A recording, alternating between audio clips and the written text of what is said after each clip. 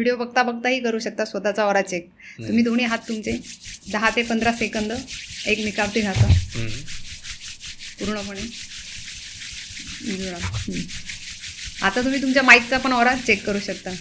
दोन्ही हात असे कप शेपमध्ये ठेवा असे आणि हळूहळू जवळ आणा. जिथे तुम्हाला असं वाटतंय असा कप शेपमध्ये ठेवायचा आणि हळूहळू प्रेस करायचं. जिथे तुम्हाला वाटतं की तुम्हाला मागे लोटला जातोय तुमचा हात, तिथे थांबायचं. म्हणजे या माईकचा ऑरा एवढा आहे सध्या, ज्या माईकमध्ये आपण बोलतोय. जाणवते हाताला हवा?